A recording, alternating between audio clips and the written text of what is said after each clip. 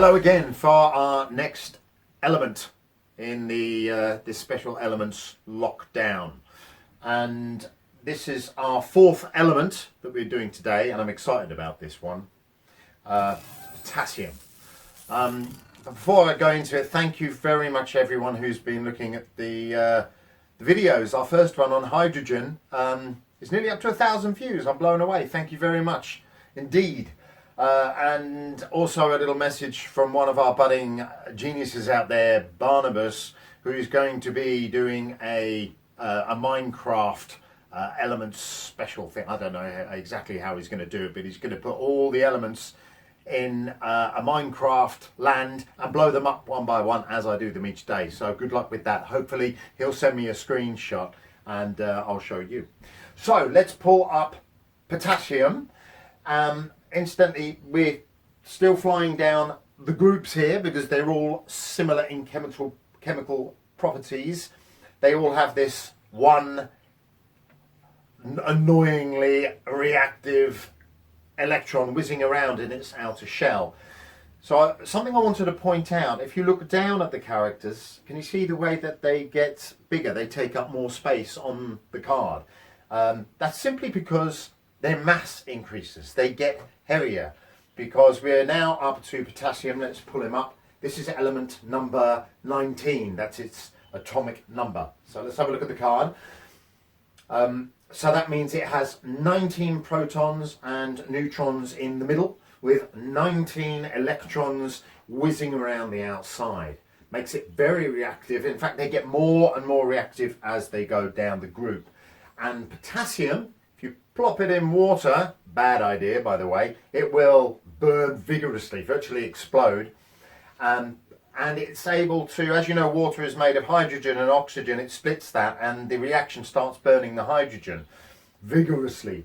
And you get this beautiful lilac flame that he's surrounded by. Now, potassium, it's another annoying one. Look at that, its symbol is K. Why isn't it P or PO or something? But it's K. Now, this is another element that was discovered by Sir Humphrey Davy, the Cornish chemist stroke inventor. And he named it potassium because potassium is comes from the word potash, which is the ash that is left over from burning things like wood and plants. Whereas if you remember the day before I did sodium, that comes from soda ash from salty plants. This comes from ash from woody sort of plants. Lots of potassium in that. It's a very important fertilizer. That's why there's plants on the background. Really important for plants. There's no potassium in your soil, your plants are going to get, they're not going to grow very well. And it's really important as well for humans, for us. It's very important for nerve transmission. And a really good source of potassium is fresh fruits and vegetables. Right, now I'm really excited. Oh, and by the way, the K, yeah, back to the K. So he's named it potassium because of potash. They would take the ash, put it in a pot afterwards, mix it with water, heat it, and then and then you get potassium. It's like an alkali, so, almost like a soap. It's very slippery on your fingers if you ever do that. It feels very slimy. And he's called it a different symbol, K. Instead of P or PO, he's called it K. Now K comes from the word, they think a very old Egyptian word, meaning kalam, which again comes from alkalam, or I hope I'm pronouncing that right. And that is the old name for the land in Egypt. It was called the Black Land because around Egypt, where the periodic flooding of the Nile gave this really rich black soil. So it's an old Egyptian word, kalam, which comes from alkalam, alkali. You seeing the connection? Now I'm particularly excited about this one because it's our first of our alchemy group. Now I'm going to introduce to you the wonderful world of alchemy. Right, now there are, can you see this, this black sort of star shape symbol behind him?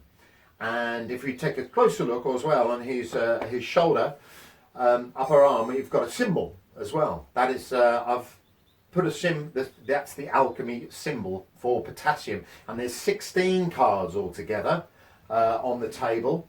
There's only a few over there. We've got potassium and magnesium over there. We've got iron, platinum, copper, silver, gold, zinc, mercury, lead, tin, phosphorus, arsenic, antimony, bismuth, and finally sulfur. And you'll see that all of those cards, they have this star symbol on them. These were known by the alchemists. Now, what were the alchemists? Alchemy was, it was a group of people which spread over thousands of years from various cultures, and their job was to, they played around with metal to start with, because if you were a ruler and you wanted power, you needed good weapons. So the person who could give you the best metals, you held a really important part in the royal household, if you like, really important. But alchemists were a mixture of religion and philosophy, and their main aim was to try, and they never did this. They lied about it, but they never did it. But they were trying to turn base metal, usually mercury or lead, into gold. And some of them lied about doing it, so they didn't get their heads chopped off. But they couldn't do it. It can't be done. Well, it can be done.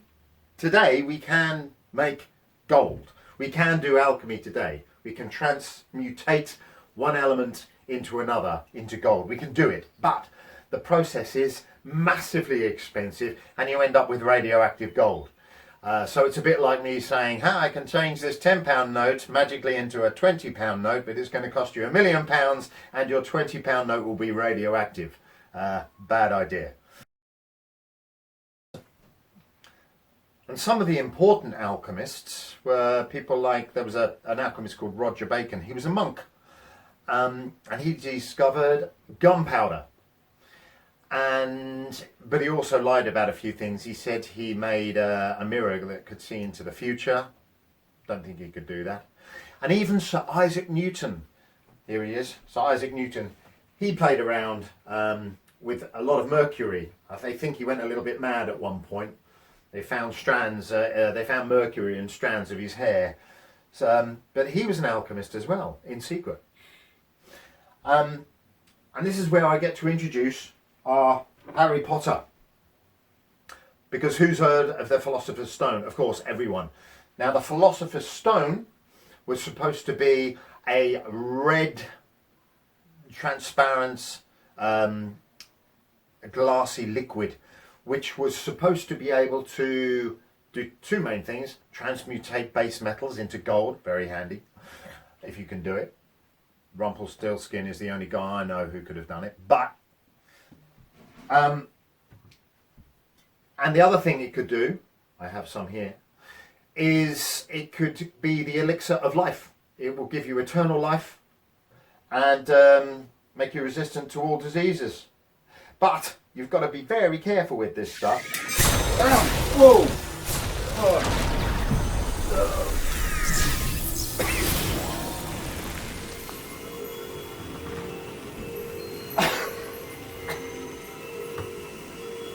So, be careful with alchemy.